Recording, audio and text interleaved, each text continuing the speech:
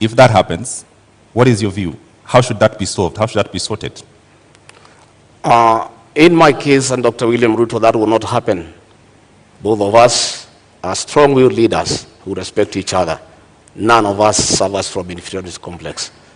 At no time will William Ruto ever punish me or mistreat me because he has no reason to.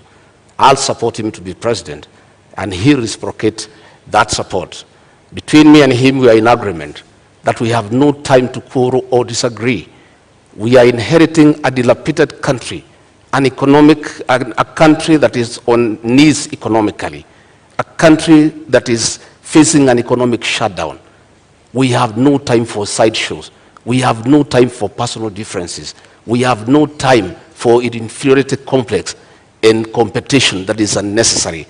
We have a job to do. We are inheriting a 9 trillion debt.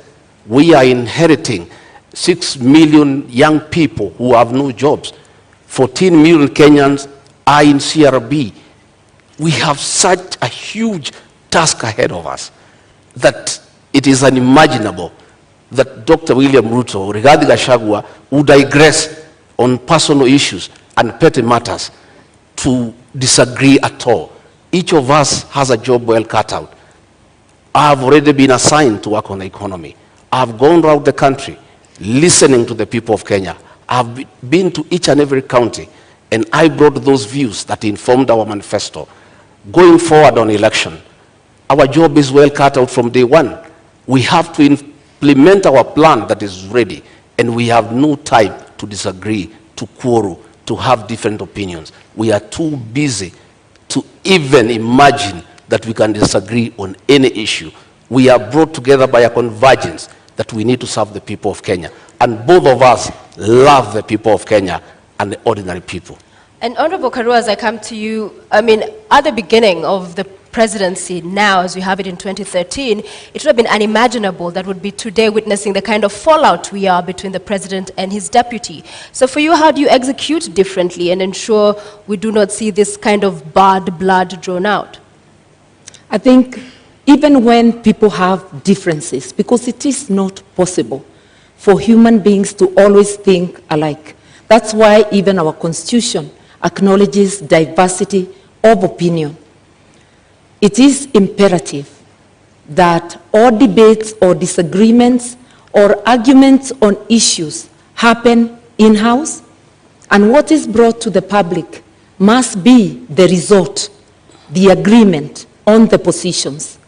And I think I'm very well prepared, and I'll continue to pray and address my mind that, one, the overall leader is the president. I am the principal assistant. With that in mind, that I'm a delegate of the president and can be required to do any work to support the presidency and the administration, I'll be ready, and I am ready. I have served as a cabinet minister for 6.5 years. A cabinet minister is a delegate of the president. A deputy president is a first among equals within cabinet in being a delegate of the president. It's not a different position. We will be able to moderate any differences of opinion on any issues and to focus on serving Kenyans and to be respectful to Kenyans.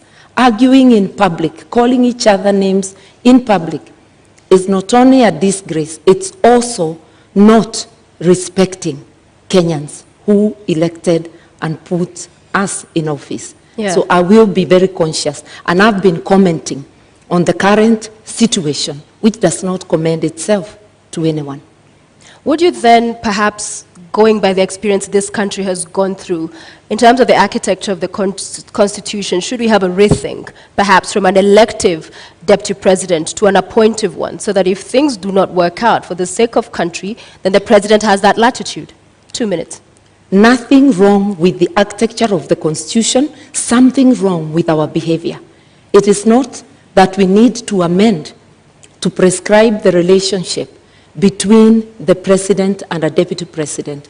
It is that we need to change our behavior, differ with respect,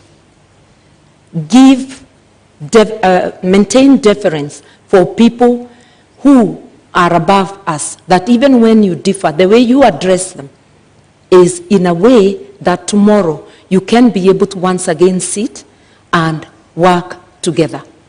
And when it comes to my opponent saying that their manifesto or their plan was discussed by Kenyans, I want to remind Kenyans, Azimio was a product of a robust discussion, way ahead of anything our opponents have done.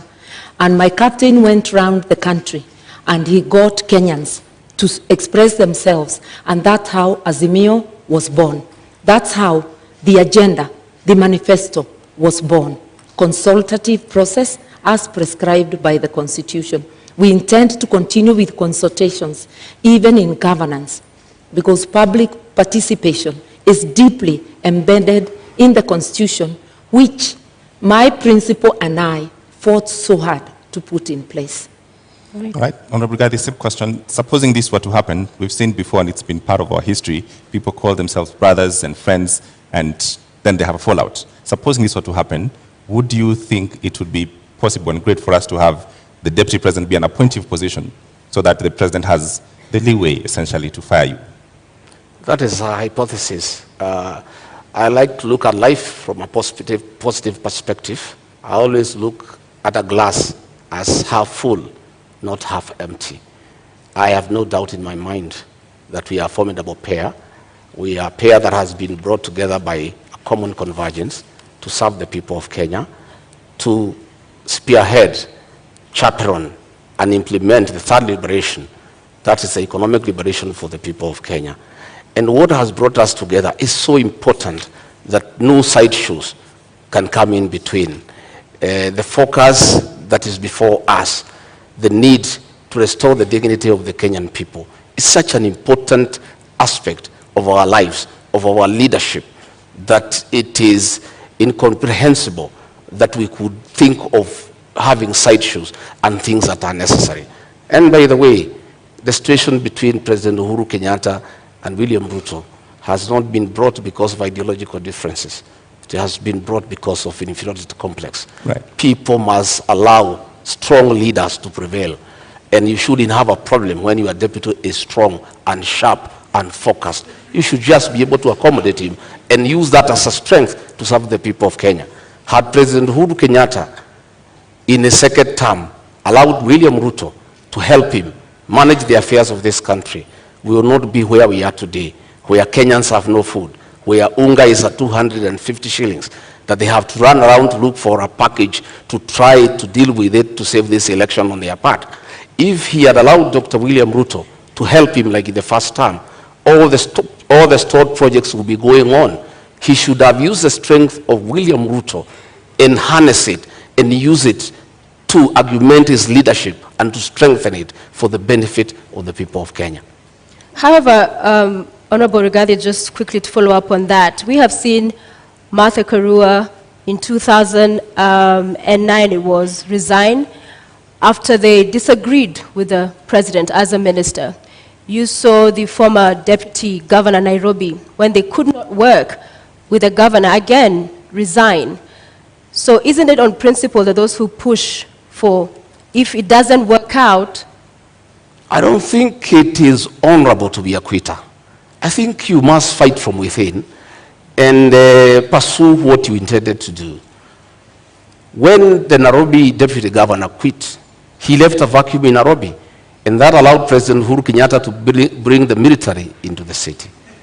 You know, because if he was there, the mess in Nairobi will not be. You cannot be a quitter. You must fight on. My sister, Mother Karua, quit President Mwai Kibaki's government when Kibaki needed him, when Kibaki was in trouble, when Raila Odinga was making life impossible for him. Mwai Kibaki needed Mother Karua. And at a time when Mother Karua needed to assist Mwai Kibaki, she quit. Mwai Kibaki is and has been the gentleman of Kenyan's politics, an amiable old man, a good man, a respectable man, a man who was listening to everybody. Any leader who could not work with Mwai Kibaki, I have serious doubt that leader can work with anybody else. Just a quick reminder to the audience. In the auditorium, we did agree to a set of rules. Silence, please. No laughing, cheering, jeering. Let's just follow the conversation to allow us to have civil engagement and for understanding and hearing every of the candidates as they articulate their thoughts. Thank you very much, Mother Karua. Response? For those who You have do a minute not for that. understand principle, they can never envisage resigning. But I do think it is dishonest to continue to take public salary, to take the privilege and all that goes with office when you know you can no longer deliver, either because of differences or because of other things. I respectively withdrew myself by resignation from Kibaki's government in a respectful manner, no name calling, such that we were able to continue when we meet to sit down and talk.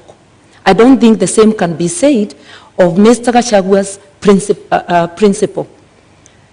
Entertaining disagreement outside government and publicly is disruptive. No wonder the government in which Mr. Gashagua's principle serves is unable to fight corruption because it's pulling in two different directions.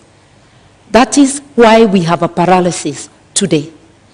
Honorable Martha Karua, the question on just what happens if you disagree with your principle and if your principles should have the right to essentially let you go, should we relook at that? I think the way the Constitution is, you disagree in-house, you resolve it. I do not think there is anything that cannot be resolved unless if it's something that is unconstitutional, that is being demanded of me. I will remember the oath, my oath under the Constitution, that there are things, if they are outrightly illegal, I certainly cannot be party to. But happily, my principle is a believer in the rule of law and constitutionalism. And he is also a man who views everything through the lens of social justice. That is why we have a dignity package for those who cannot afford meals on their table.